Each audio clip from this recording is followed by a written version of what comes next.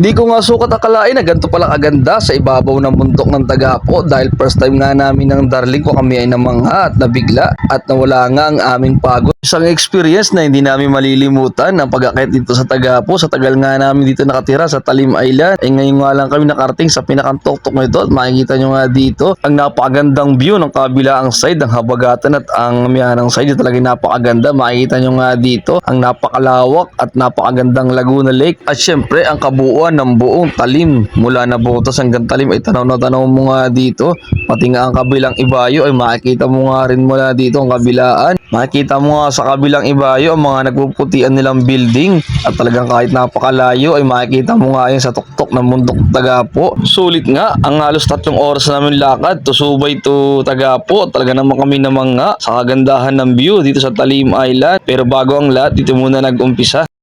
What's up mga kaidolo? Isang magandang umaga. For today's video, tayo na naman ay mag-jogging nga mga kaidolo. Ito yung ating binilag uli. Subay to Tagapo naman mga kaidolo. Ating gagawin ay kung gaano ba katagal ang paglalakad mula Subay to Tagapo. Balikan mga kaidolo, ang ating gagawin nga pala ay dito tayo magmumula at dito rin tayo matatapos. Kaya tara, samahan nyo kami ng aking asawa. Let's go! Yun mga kaidolo, good morning uli. Yan, dito na tayo sa Paon sa Barangay Subay.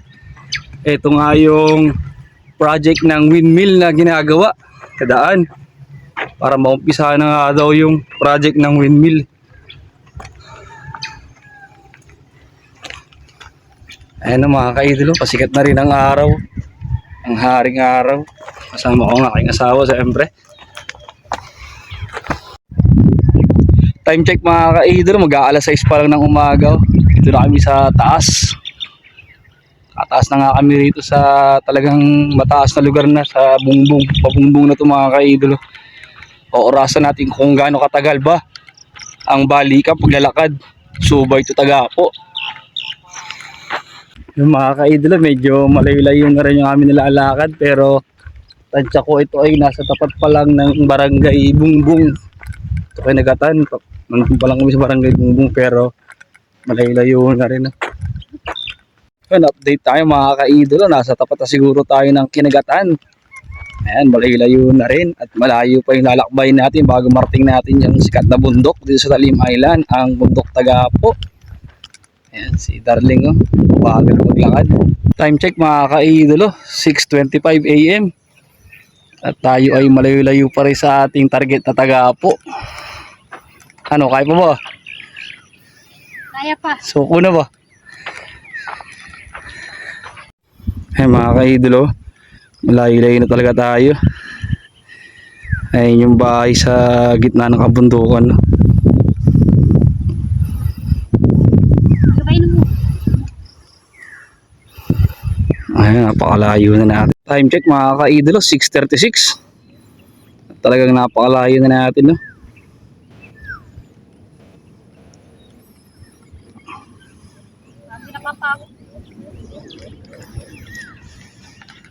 At ito'y patuloy pa rin tayong aabante. Tayo malayo pa nga sa ating target na bundok Tagapo.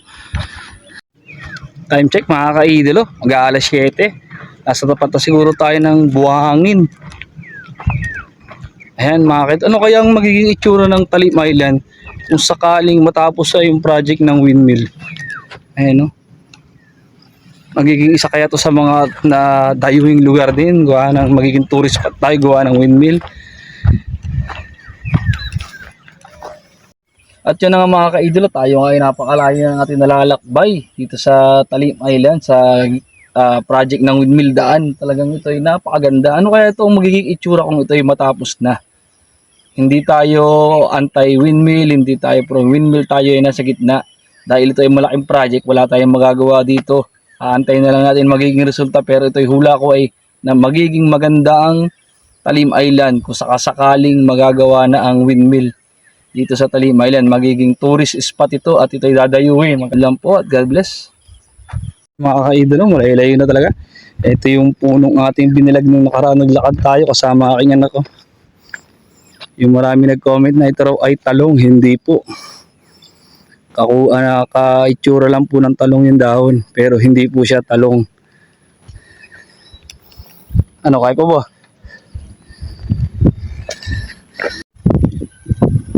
Time check, alas 7 mga kaidolo. Tanaw na tanaw dito. Ang kahit ang binangonan, no? Dito sa Talim Island, no? Makikita nyo nga dito kahit napakalayo itanaw na tanaw namin. At tayo ay patuloy pa rin sa paglalakad sa ating target na Subay to Tagapo. Ayan, malayo-layo na rin po tayo. Nananapat na rin po tayo siguro sa buhangin. Lapit tayo makarating sa Tagapo. Gandang kapaligiran mga kaidolo. Ano kaya magiging itsura ng bundok ng Talim Island saka sakaling matapos ang project ng windmill dito sa amin. Anak play na. Okay.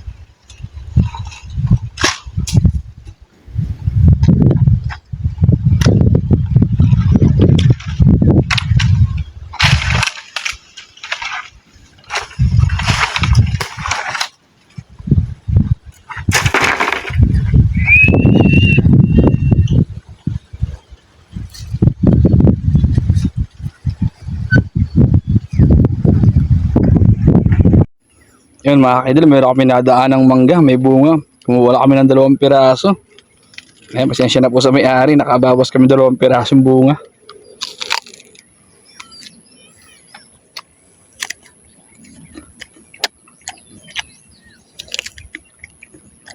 Yan mga kaidol, malapit na kami sa Tagapo. Talagang napakainit na rin. No? Tuloy lang, walang susuko. Ayan, dito na tayo sa malapit sa paanan ng bundok Tagapo. Kitang kita, napakagad ng kapaligiran. Oop, may madada pa po.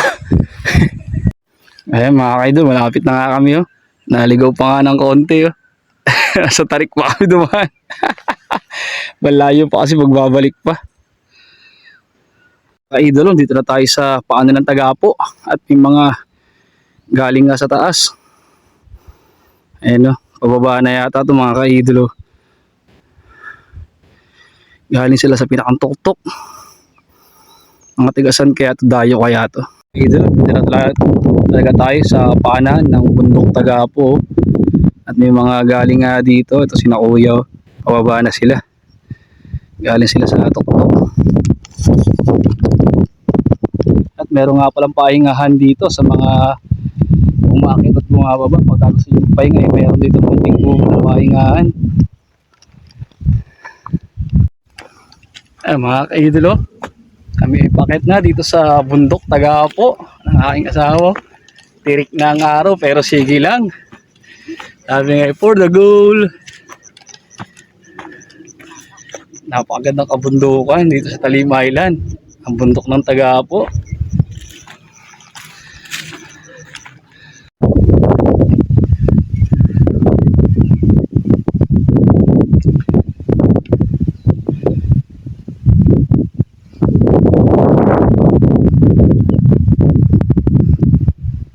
Ay mga kaidolo, malapit na nga kami sa tuktok ng bundok Tagapo. Mapapawi ang pagod mo sa ganda ng tanawin dito sa aming lugar, sa Talim Island. Sulit ang pagpunta nyo dito at pag-akyat. Siguraduhin nyo lang may baong kayo, maraming tubig at maraming lakas at resistensya. Dahil talagang nakakapagod na nga, darling. Yun mga kaidolo, tuktok na. Takbo! Woo! Ah. Woo! Mount Tagapo! Dan!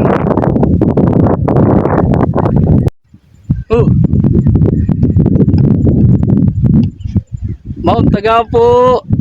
Dan!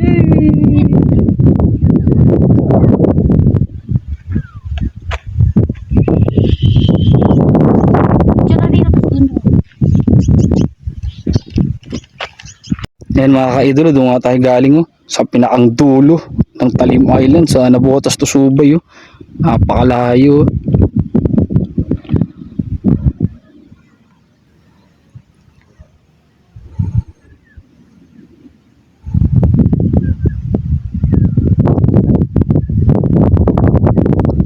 Yan, nakatensum na yan mga ka-idol, kaya sobrang labo. Pero diyan kami nang galing sa pinakang dulong yan eh. Diyan.